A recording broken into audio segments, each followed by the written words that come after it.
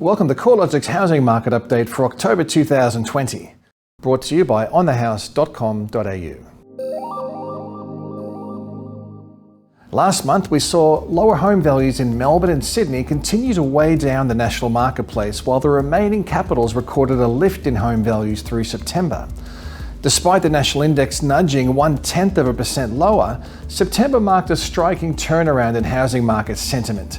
Consumer confidence increased, new listings rose, and 6 of the 8 capital cities recorded a rise in home values over the month. However, falling values in Melbourne and Sydney, which make up approximately 40% of Australia's housing stock by number and 55% by value, pushed the national reading into a 5th straight month of decline. But even where values still decline nationally, it was the smallest fall since values started to reduce in May this year. Melbourne remains the main drag on the headline results, recording the weakest result across the capital cities. Values were down by 0.9% in September, and since peaking in March, values are down by 5.5%. With restrictions starting to lift, private home inspections are recommencing and on-site auctions are to be permitted later this month. We expect to see activity lifting in October. The rate of decline across Sydney's market has been consistently easing since July, and the remaining capital cities have all returned to some level of growth. Regional markets have continued to outperform relative to the capital cities. At a broad level, the combined regionals index is up by 0.8% since March, while capital city values have fallen by 2.6% over the same period. The resilience in regional values can be attributed to a number of factors. From a cyclical perspective, regional areas weren't recording the same strong growth conditions pre-COVID, so home values in these markets are often more affordable and don't have a high base to fall from. Anecdotally, we're also observing a transition of demand away from the cities towards the major regional centres, particularly those that are adjacent to the larger capitals where residents can commute back to the cities if required. Remote working arrangements are no doubt a factor in supporting demand in these markets, but also lifestyle opportunities, lower price points, and a desire for lower density housing options are also playing a part.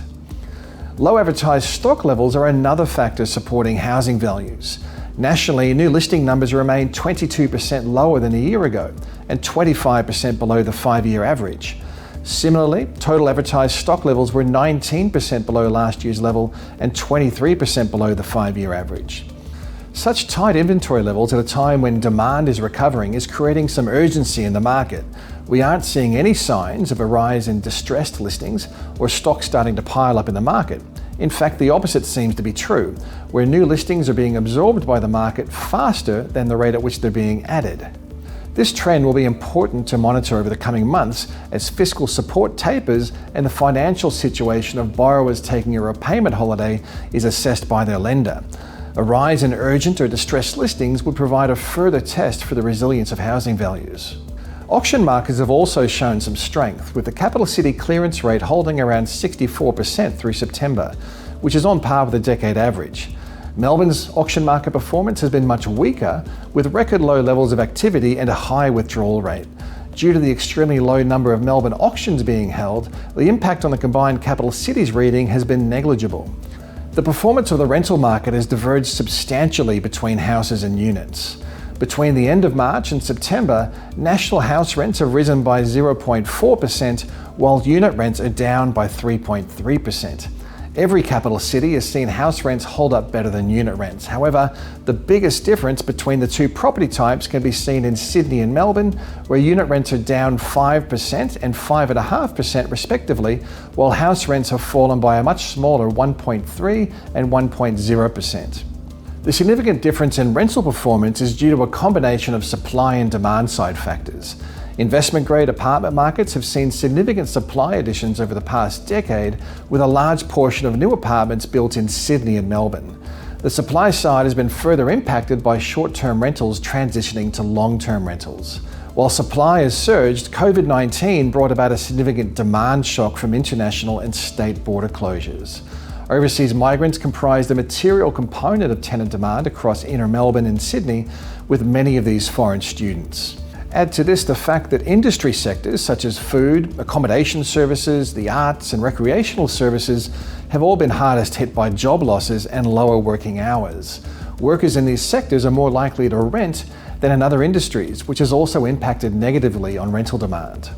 With high supply and weak rental conditions likely to persist, at least until international borders reopen, inner city investor-owned unit values are likely to remain under significant downside risk. Melbourne housing market conditions remained subdued through September, with values down 0.9% over the month.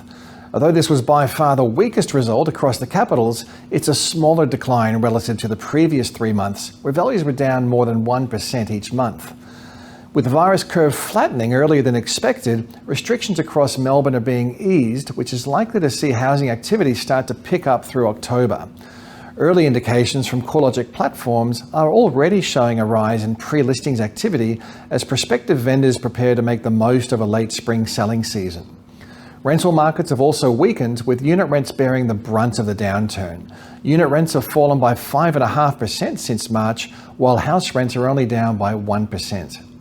In summary, apart from Melbourne, the performance of the housing market is consistently improving. Most of the capital cities and regional areas of Australia are recording rising home values, or in Sydney's case, a reduced rate of decline.